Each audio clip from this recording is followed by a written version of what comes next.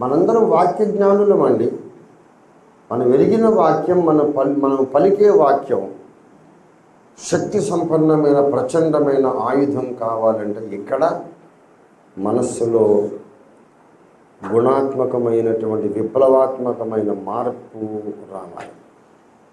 ఆ మార్పు చెందిన మనస్సు యొక్క లక్షణాలు 2-3 నేను చెప్పి ముగించి వేస్తాను. ఎందుకంటే ఇంకొక 3-4 నిమిషాలు నాకు టైం ఉంది. నేను స్ట్రిక్ట్గా చెప్పిన టైంకి నేను ముగించి వేస్తాను. ఎందుకంటే నేను ఒకవేళ పావుగంట ఎక్కువ మాట్లాడినా మీరేం బాధపడరు, క్షమిస్తారు, నాకు తెలుసు. కానీ నాకే డిసిప్లిన్ లేకపోతే నేను డిసిప్లిన్ ఇలా నేర్పిస్తాను. కాబట్టి I'm a very strict disciplinarian. Time is time.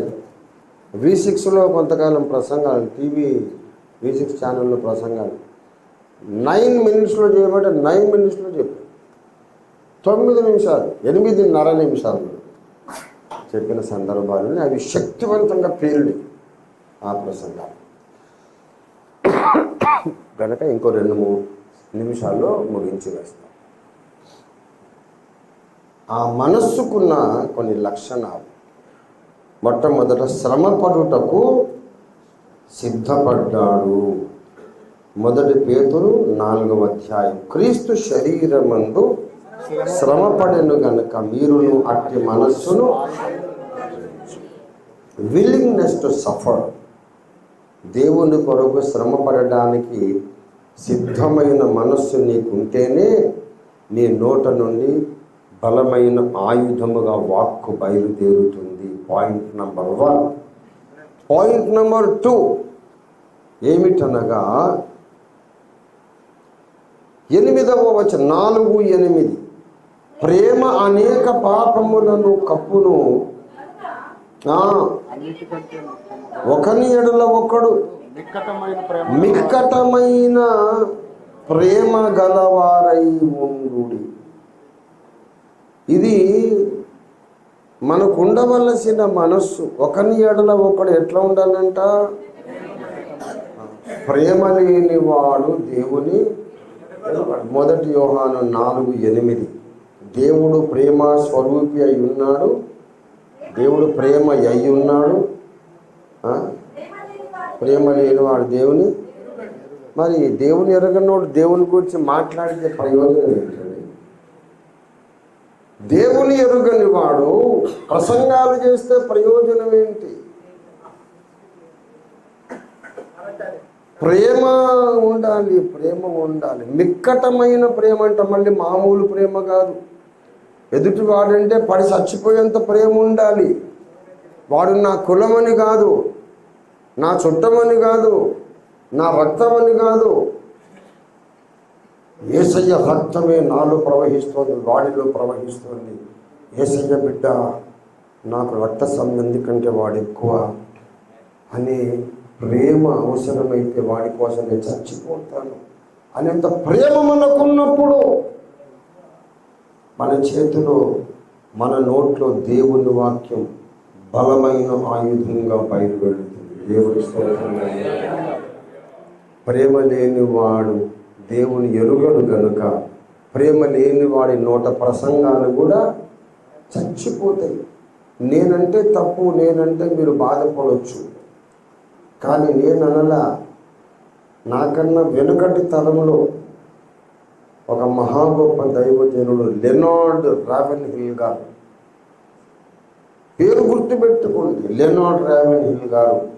Why revival టారీస్, ఉజ్జీవం ఎందుకు ఆలస్యం అవుతుందని ఒక పుస్తకం రాశారు. చిన్న పుస్తకం, కాస్తో కూస్తో కనీసం ABCDలు, ఇంగ్లీష్ నాలెడ్జ్, కనీస పరిజ్ఞానం ఉన్న వాళ్ళందరికీ నేను చేతులు జోడించి నమస్కరించి మనవి చేస్తున్నాను.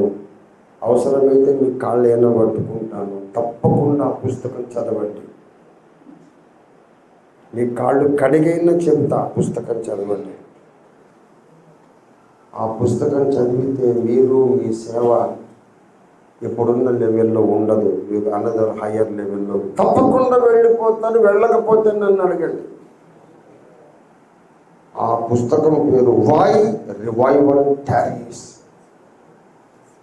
ఎందుకు ఉజ్జీవం ఆగిపోతుంది? అందులో ఒక్కొక్క సెంటెన్స్ ఒక్కొక్క బాంబు లాగా పెడుతుంది. వేస్ట్గా ఒక అక్షరం ఉండదు ఆ పుస్తకంలో. ఆస్వాల్డ్ స్మిత్గా ఆ బుక్ను గురించి సాక్ష్యం ఇచ్చారు. ఏడబ్ల్యూ టోజర్ గారు ఆ బుక్ను గురించి సాక్ష్యం ఇచ్చారు. నేను సాక్ష్యం ఇస్తున్నా. Please read that book. నేను రాసిన పుస్తకాలు చదవండి అని చెప్పడం కాదు, అదైతే వ్యాపారం అని మీరు అనుకోవచ్చు. ఆ భక్తుడు రాసి చదవండి అయ్యా అని బతిమాలుతున్నాను. అందులో ఒక మాట అంటాడు ఆయన, today there are too many dead preachers preaching dead sermons to the dead congregations. ఈ రోజుల్లో చాలామంది ప్రాణము లేని బోధకులు, ప్రాణము లేని సంఘాలకు ప్రాణము లేని ప్రసంగాలు చేస్తున్నారు అన్నాడు ఆయన. నేనల్లా ఆయన అన్నాడు చెబుతున్నాను. మీలారా ఎందుకు ఈ పరిస్థితి అంటే హృదయంలో ప్రేమ లేదు. దేవుని ఎరుగరు కానీ బైబిల్ ఎరుగుదురు, దేవుని ఎరుగరు కానీ వేదాంతం ఎరుగుదురు, సిద్ధాంతం ఎరుగుదురు. ప్రియా మిత్రులారా, నా సహదాసులారా, శక్తి సంపన్నులు కండి. మీ నోట దేవుని వాక్యం హైడ్రోజన్ బాంబు కంటే అధికంగా శక్తి సంపన్నంగా విడుదలై మన దేశంలో ప్రపంచంలో సాతాను కోటలు కూల్చివేయాలంటే మన మనసు నిండా ప్రేమ నింపుకోవాలి, సహోదర ప్రేమ. నన్ను మీరు దయచేసి క్షమించండి. ఏలూరు పట్టణంలో ఎంతమంది సేవకులు ఉంటారండి? మొత్తం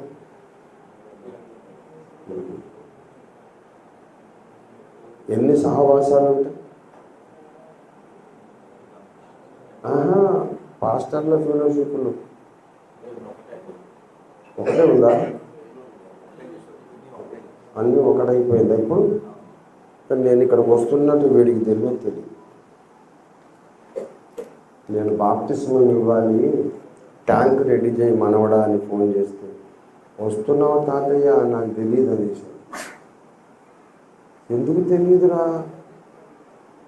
మీరందరూ పాస్టర్లు ఒకరితో మాట్లాడుకోరా? వచ్చాక ఇజ్రాయిల్ని అడిగా, అంటే ఎవరి సేవ వాళ్ళది అయిపోయింది అయ్యగారు. ఇది ఏలూరు సమస్యే కాదు, ఆంధ్రప్రదేశే కాదు, తెలుగు నేల మాత్రమే కాదు, ప్రపంచ క్రైస్తవ సమాజం యొక్క పరిస్థితి లాగా ఒకళ్ళనొకళ్ళు హత్తుకొని మిక్కటమైన ప్రేమతో కలిసి ఉండటం కాకుండా ఏదో సందర్భం వచ్చినప్పుడు కలుసుకుంటున్నాం, ఎదురైనప్పుడు వాళ్ళు ప్రైజ్లాడు, తర్వాత ఎప్పుడు ఎవరికి ఎవరు గుర్తుకు రారు, ఎవరి కుటుంబాలు వాళ్ళవి, ఎవరి సేవ వాళ్ళది. మాటి మాటికి పలకరించాల్సిన అవసరం ఏముంది అనుకుంటున్నాము.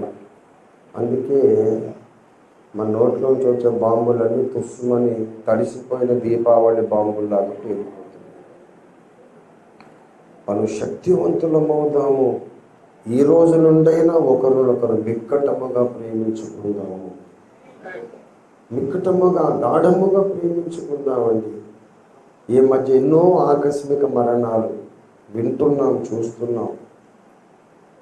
రేపు పొద్దున ఆ లిస్టులో మనం ఉండొచ్చు. వచ్చే నెల మళ్ళీ సేవకుల మీటింగ్ దాకా నేను గ్యారంటీగా ఉంటానని మనం ఎవరిమే చెప్పగలమా? ఉంటే దేవుని దయ, ఆయన తీసుకుంటే నోరు మూసుకొని పోవాల్సిందే.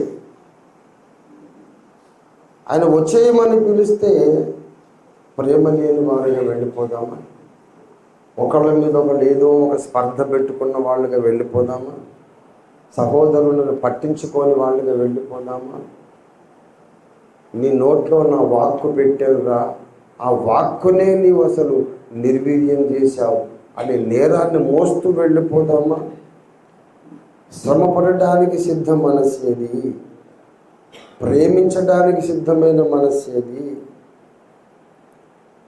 భారతదేశానికి వాళ్ళ శక్తివంతులైన క్రైస్తవుల అవసరత ఉంది. ఒక్క మాట చెప్పి ముగించేస్తాను. మనము కలిసి కట్టుగా ఉండనందు చేతనే మణిపూర్ అలా తయారైంది. మణిపూర్లో కొత్తగా మళ్ళీ హింస స్టార్ట్ అయింది. మళ్ళీ కొత్తగా స్టార్ట్ అయింది. సంవత్సరం గ్యాప్ ఇచ్చారు, మళ్ళీ స్టార్ట్ అయింది. ఇంకా కొద్ది నెలల లోపల ఆంధ్రప్రదేశ్, తెలంగాణ 29 రాష్ట్రాలు మణిపూర్ లాగా మారిపోబోతున్నాయి. వాళ్ళు అదే ప్రణాళికతో ఉన్నారు. మణిపూర్ అనేది ఒక నమూనా, మొత్తం దేశమంతా మణిపూర్ లాగా చేసేస్తాం అని పగబట్టినారు మతోన్మాదులు. మనం ఏం చేయాలి? ఇలాగే ఒకళ్ళనొకళ్ళు సంబంధం లేకుండా పలకరించుకోకుండా ఉందామా? మనం కలిసి ఉంటే మతోన్మాదులు తోక పొడిచి పారిపోతారు. మనం ప్రేమలో కలిసిపోతే మన నోట బయలుదేరే వాక్యమే చాలు మన దేశంలో సాతాను కోటలు కూల్చివేయడానికి. దేవుని స్తోత్రం కలుగునుగాక.